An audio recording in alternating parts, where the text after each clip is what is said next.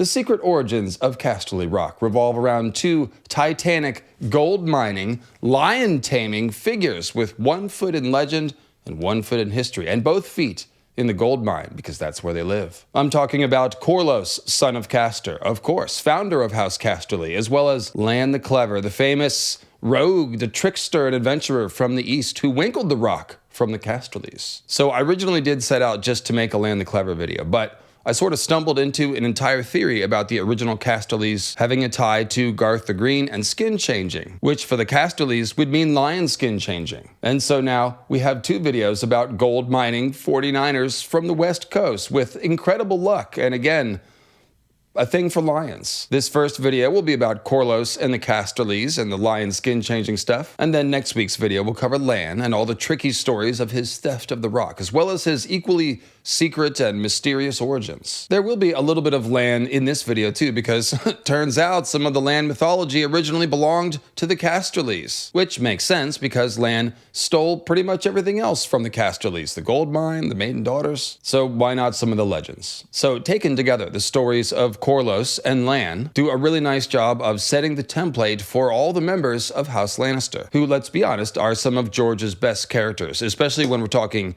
best POVs to read. It's really nothing like a Cersei chapter. Hit the spot. So even though these will both be secret origins videos, we will be spicing it with a nice little taste of Jaime, Cersei, Tywin, Tyrion, and even some Jaerion Lannister, and some Jason Lannister, and some King Tommen II Lannister, who ruled during the Century of Blood following the doom of Valyria and kinda sorta went to Valyria, lost the family sword Bright Roar, and never came back. So we've got all that, plus a little Greek myth, because we get to talk Castor and Pollux, of course, and Helen of Troy. We've got the early skin-changing empire of the Casterlys, I kid you not, plus Cersei's own brush with the lion skin-changing power lurking in the bowels of Casterly Rock. That's all coming right at you, so please do make sure you're subscribed to the channel so you don't miss the alert for next week's Lann video. I'm David Lightbringer. Yes, I own this tracksuit, and thanks for clicking on my video, so let's get started.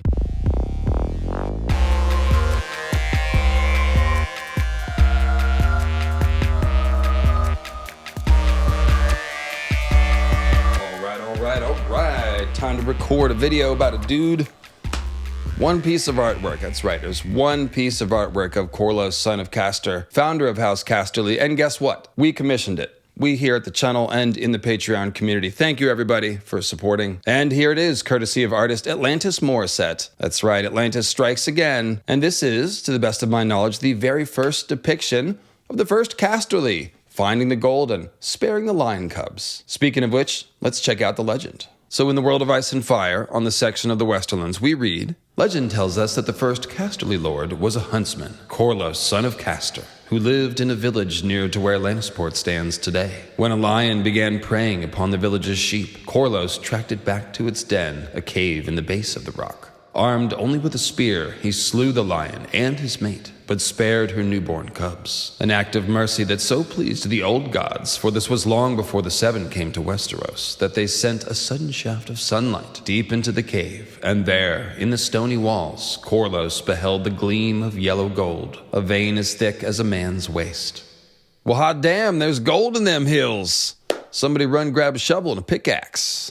That's what we call good luck. Or maybe the fortune of the old gods. Who knows? Who knows? Don't hurt the lion cubs, though. They're cute. And so the maesters go on to say that, who knows? Who knows what really happened? But clearly someone named Corlos or Casterly or Caster something must have found gold in the rock and then, moved in and set up shop basically to guard the mine. So the chambers that they carved out while they were mining the gold became the halls and stairways and sleeping quarters of Casterly Rock. And then it finishes by saying, though never kings, the Casterlys became the richest lords in all of Westeros, and the greatest power in the Westerlands, and remained so for hundreds of years. By then the Dawn Age had given way to the Age of Heroes. And that's pretty much all they tell us about the Casterlys. When suddenly, that was when the golden-haired rogue called Lann the Clever appeared from out of the east. Some say he was an Andal adventurer from across the narrow sea, though this was millennia before the coming of the Andals to Westeros. Regardless of his origins, the tales agree that somehow Lann the Clever winkled the Casterlys out of their rock and took it for his own.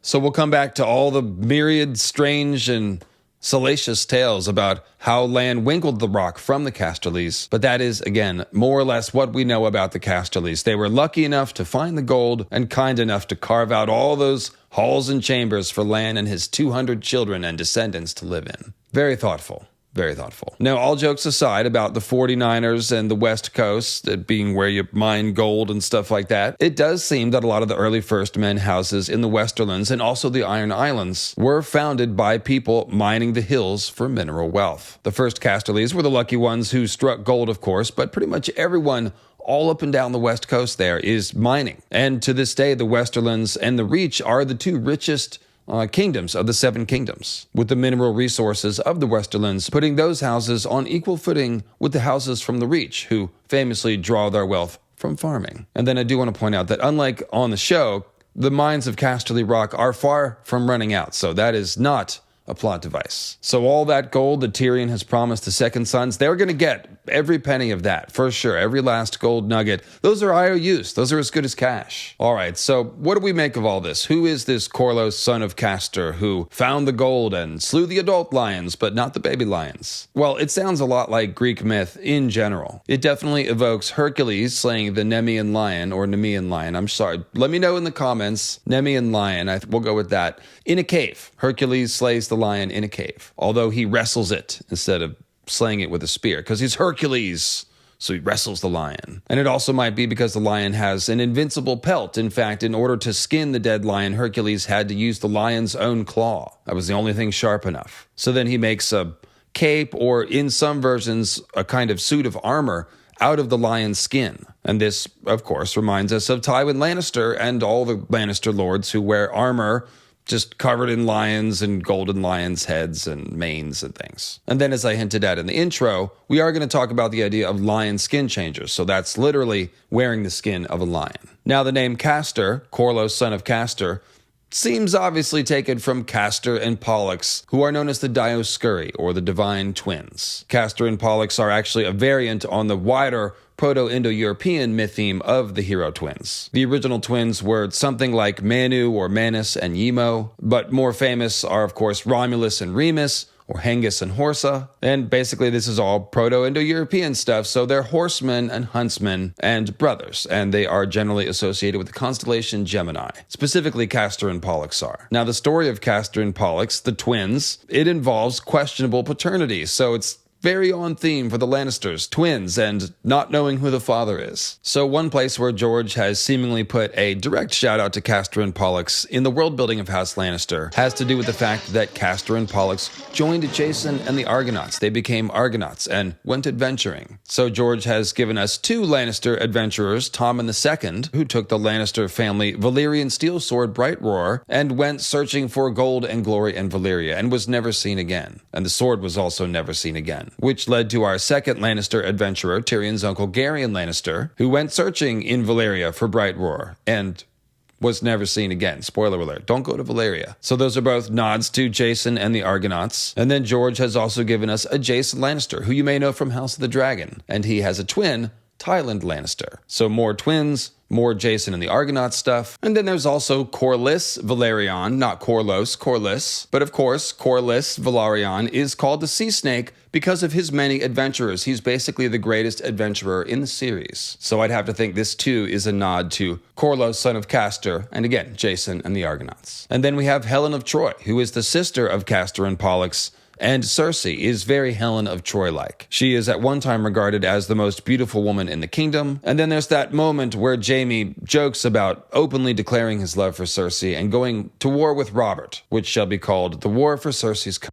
And it's pretty easy to see Robert as an Agamemnon type, and Jaime, you know, kind of like Paris or Hector, a lover like Paris, a fighter like Hector. But yeah, there it is, Cersei and Helen of Troy. So one thing about all of these Proto-Indo-European myths about the divine twins is that one of the twins almost always dies. Often his death is an act of creation, which either creates the world or establishes a kingdom. So sometimes it's a murder, and more often it's more of a divine sacrifice. Romulus and Remus is a prime example. Remus is killed, in some versions, by Romulus, and it is only after that that Romulus can establish Rome. So Remus was kind of the sacrifice there. And so with all that said, I kind of have to wonder, Who were these lions, quote-unquote, that Corlos Son of Casterly slew to claim the gold mine? Could that lion have been a brother of his, perhaps? And is that why he adopted the lion's cubs and didn't slay them? Because they were his nieces and nephews. It could be that this brother that Corlos slew was turned into a lion in later versions of the myth. Because we can assume that the Casterlys were identifying themselves with lions from the beginning. Not only is it in their founding myth, and not only were they probably lion skin changers, that's coming up, but of course Lann shows up and basically steals their whole identity and then identifies himself with lions. So yeah, the lion that Corlos slew to claim the mine could have been his brother. Maybe it's a Smeagol and Deagol type of thing. After all, there is sort of a greed theme running through the characters of House Lannister and also Gollum, aka Smeagol. And although Smeagol didn't find the ring in a cave like Corlos found the gold in a cave, we do find Smeagol with the ring in a cave. That's where Bilbo finds him. So yeah, maybe that's part of the inspiration here. So in summation, it seems like the Castor and Pollux myth is referenced in the name of Corlos Son of Caster just to help, frame the backstory of the Lannister characters. Again, twins and questionable paternity. And then I don't know if you caught it in that quote, but it is interesting to note that apparently Lannisport, or the first town on the site of Lannisport, predates Casterly Rock. So that was actually the first settlement here in this area. It's a good bit of trivia. All right. Time to talk about my favorite thing, Green Man. And by the way, you can get one of these in our t-shirt store at the link below, Bonfire t-shirt store, in the link below the video, in the description. So, it's time to talk about the idea that Lann the Clever might descend from Garth the Green, which is pretty cool. Now, I do think it's more likely that Lann does in fact come from the east, meaning that he's either an Andal or a Great Empire of the Dawn person. But these legends from the Reach about Lann descending from one of the children of Garth the Green are important and do have meaning, so let's get into those. So, in the World of Ice and Fire section on the Reach, we hear about the founding hero of the Reach, Garth the Green. You may have heard of him, it's kind of a thing around here. And Garth, of course, is very fertile. He has a lot of children, 12 notable ones, and 2 of those 12 are suggested as potential parents, or at least ancestors, of Lann the Clever. Lann the Clever was a bastard born to Floris the Fox in some tales, or Rowan Goldtree in others. However, Lann the Clever's descent from Garth Greenhand is a tale told in the Reach. In the Westerlands, it is more oft said that Lann cozened Garth Greenhand himself by posing as one of his sons. Garth had so many that oft-times he grew confused, thus making off with part of the inheritance that rightly belonged to Garth's true children. Very cool, delightful folklore. George is very good at writing folklore. And again, I will say that I don't think either one of these are the explanation for Lann the Clever. And it's very easy to see a sort of local folkloric explanation for how these legends arose. So first of all, Lann the Clever is a thief, first and foremost. He stole Casterly Rock from the Casterlys. So maybe he's done this before. How many other founding heroes has he stolen from? Maybe he stole the inheritance of Garth's children from Garth the Green. Similarly, Lann is very fertile. He has 100 sons and 100 daughters. So where did he get that sort of potency from? Must be Garth the Green, who is similarly potent, although that's also true of Durin Godsgrief and the Grey King, and a lot of the founding heroes of Westeros, apparently. More on this in a moment. So yeah, Lann is fertile, so he must be a descendant of Garth the Green, and similarly, he's very clever. So maybe he's descended of Floris the Fox, who's clever like a fox, presumably. And not presumably, actually. The legend of Floris is very interesting. As you can see on the screen here, Floris the Fox kept 3 husbands, each of whom were ignorant of the other. And that's similar to Cersei, who keeps Robert ignorant of Jaime, and Jaime ignorant of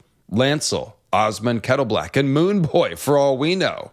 Not Moonboy. He just said that. Tyrion's just f***ing with you, man. And then, not to be outdone by Cersei, Tyrion and Tywin both have secret lovers, of course. The same secret lover, in one case, Shae. And then it's suggested that tunnel to Shatias from the Tower of the Hand might be Tywin's tunnel, and Tywin might be a giant hypocrite. So, all of this is very Floris the Fox-like. And this may be coincidence or maybe intentional, but in a Game of Thrones, George has Ned think that Tywin Lannister was as much fox as lion. So probably what happened is that George just used the Clever as a fox thing for Tywin, and then later thought to connect the Lannister Lann the Clever myth to Floris the Fox. So it's kind of all of a piece. So then we have the idea that Lann is descended from Rowan Goldtree, daughter of Garth. That makes sense because Rowan Goldtree has golden hair and is associated with a golden tree. And the Lannisters famously, I don't know if you've heard this, they have golden hair. Speaking of Rowan Goldtree's golden hair, her legend goes that she wrapped an apple in her hair, planted it on a hill, and then it grew into a golden tree. Now, it doesn't say if she cut off her hair before burying the apple or if she was buried with the apple, like a green seer, meaning that green seers are buried, quote unquote, under the ground. Because after all, Rowan Goldtree is associated with a very special tree. It's not said to be a weirwood, but it is a very special golden tree. We'll come back to this idea in a moment. But yeah, she might be buried under the hill to grow a tree, and that does sound vaguely green seer-like. So as for parallels to the Lannisters in the story, Cersei is buried under Visenya's Hill when she's imprisoned in Visenya's Hill in the Sept of Baelor, and they also cut off her golden hair when that happens. So that seems like a pretty good parallel, and the fact the idea of gold buried in a hill sounds like Casterly Rock, It's a hill full of veins of gold which branch like a tree. So when we talk about Rowan's hair being buried, her golden hair buried in a hill, this could be a reference to Casterly Rock, and it also could be a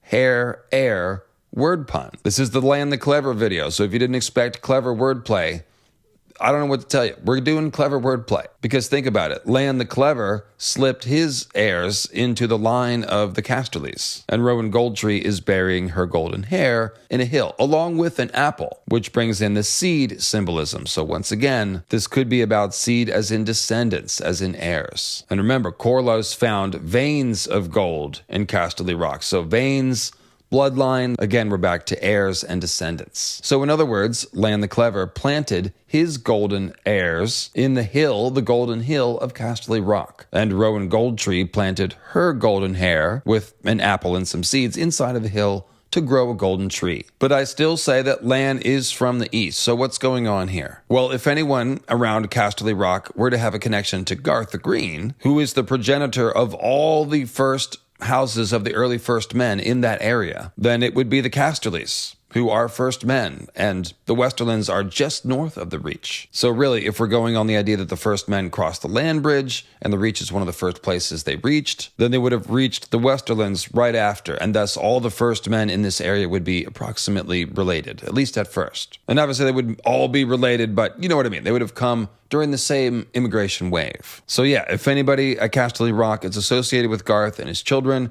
it would have been the Casterlys, not Lann the Clever. And of course, Garth the Green and his children are heavily associated with skin changing and green seeing. And the reason why I think there are these legendary links between the children of Garth the Green and Casterly Rock is because there were lion skin changers at Casterly Rock, and they were there long before Lann the Clever.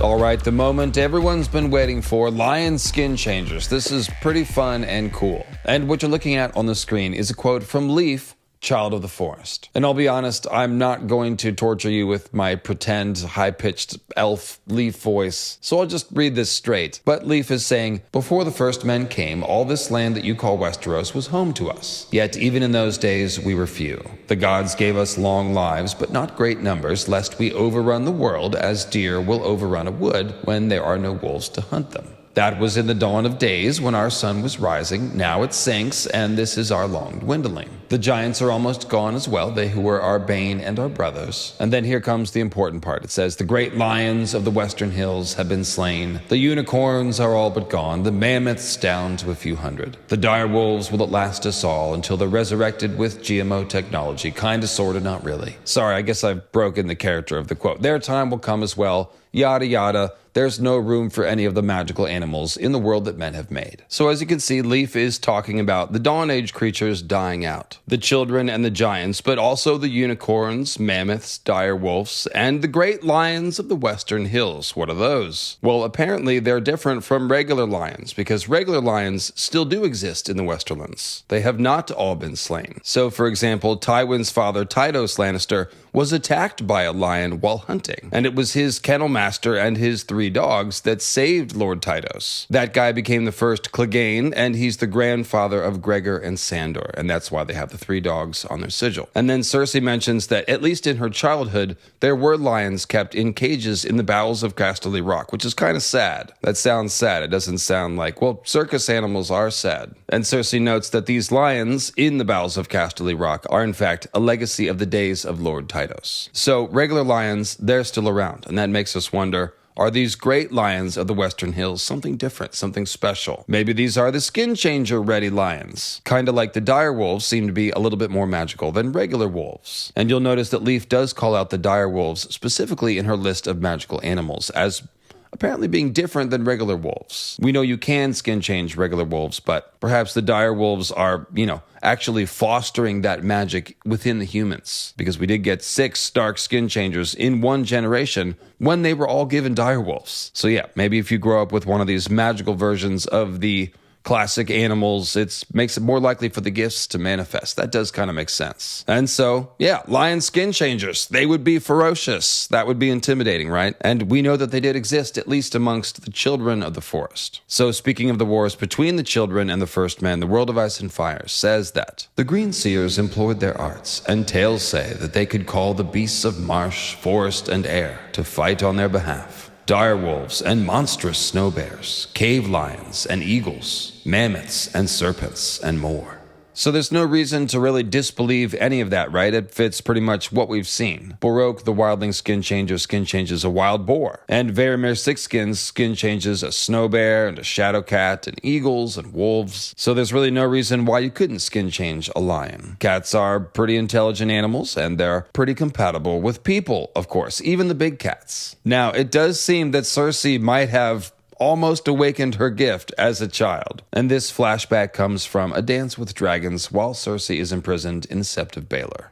Cersei paced her cell, restless as the caged lions that had lived in the bowels of Casterly Rock when she was a girl, a legacy of her grandfather's time. She and Jaime used to dare each other to climb into their cage, and once she had worked up enough courage to slip her hand between 2 bars and touch one of the great tawny beasts. She was always bolder than her brother. The lion had turned his head to stare at her with huge golden eyes. Then he licked her fingers. His tongue was as rough as a rasp, but even so, she would not pull her hand back. Not until Jaime took her by the shoulders and yanked her away from the cage. So it kind of sounds like Cersei is a bit mesmerized here. Her brother literally had to physically break visual contact between her and the lion before she could move. And lions do look trippy. I've never been that close to a lion, so maybe you would be mesmerized. But it seems like the lion liked her. So yeah, maybe it was trying to, awaken the gift. And all kidding aside, this is essentially a hint. This is a fun tease by George to hint at the idea of lion skin changers. But the real proof is in Corlos Son of Caster's story. So lion cubs, if left alone, will die. So that means Corlos didn't just spare them, he took care of them and raised them. And the old gods took kindly on this, so what does that suggest? And guess what? The old gods were there to watch. Because there is, in fact, a giant weirwood tree that grows in the grotto of Casterly Rock. It's called the Stone Garden, because it's a garden inside a stone. But yeah, the old gods were there, watching through the weirwood when he spared the lion cubs. So maybe he was doing some lion skin changing. And in fact, the maesters do say that the children of the forest did used to live in the caves at the base of Casterly Rock. Before the coming of the first men, it seems likely that the children of the forest and the giants made their homes in the great sea-carved caverns at its base. Bears, lions, wolves, and bats have also been known to make their lairs within, along with countless lesser creatures. So the children of the forest were living in the caves with all the bears and lions, huh? Gee, I wonder how they got along. Oh, well, skin changing, of course. So it all kind of fits. Corlos, son of Caster, may have just been the first man to encounter the children of the forest here in this cave where they lived. And in one sense, the gold, quote unquote, that he found, that the old gods showed him, well, that could easily symbolize the idea of the fire of the gods, of the old gods, meaning the magic of the old gods, skin changing and green seeing. That's why the legend says that the old gods showed Corlos the vein of gold. They gave him the green gifts, which were then passed down through his bloodline. Now, the idea of a branching vein of gold thick as a man's waist, well, that is about the same thickness as a tree trunk. So this gets right back to the golden tree idea of Rowan Gold Tree. And if we're talking about all of this as the fire of the gods and the gifts of the green seers, then yeah, the fruit of the golden tree, quote unquote, those are the green gifts. And then we might notice that the weirwood tree at Casterly Rock is buried under the hill, just as Rowan Gold Tree was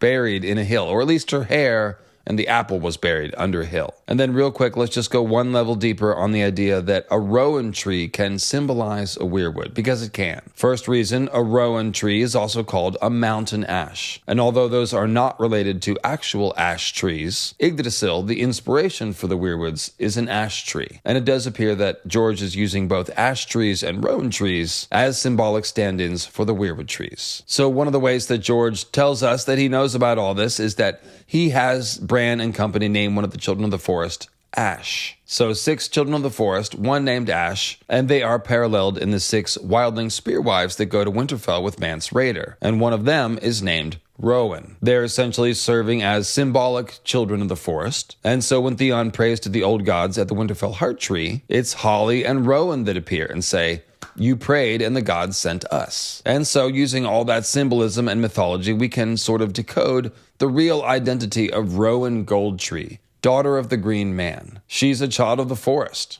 The daughter of the Green Man is usually a child of the forest, and Rowan Goldtree is specifically associated with the golden gifts of the gods that come through trees and ash trees by way of the Rowan tree. So I would say that she's a child of the forest, one of the children of the forest that was living in the cave by the weirwood tree when Corlos, son of Caster, got there. He probably took her for his wife, and in this way, this is the only way to do it, his descendants had the green gifts and were able to skin change lions. This would explain why they adopted the lion symbolism for their house, which Lann later stole, and this explains how the Casterlys were able to monopolize the gold mine. They were lion skin changers. Can't really fuck with that. And that's why Lann the Clever had to use guile to take Casterly Rock.